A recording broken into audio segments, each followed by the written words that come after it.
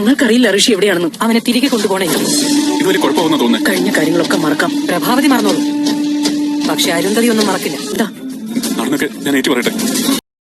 Hello, അങ്ങനെ സുഗമോ ദേവിയിൽ അരുന്ധതിയും പ്രഭാവതിയും നേർക്കുനേർ സ്വന്തം മക്കൾക്ക് വേണ്ടി രണ്ടമ്മമാർ യുദ്ധം ചെയ്യുന്ന ഒരു നിമിഷങ്ങളാണ് നമുക്ക് ഇന്നത്തെ പ്രൊമോയില് കാണുവാൻ സാധിക്കുന്നത്. നമ്മുടെ അരുന്ധതി രണ്ടും കൽപ്പിച്ച് ചന്ദ്രോത്ത് വീട്ടിൽ വരുന്നുണ്ട്.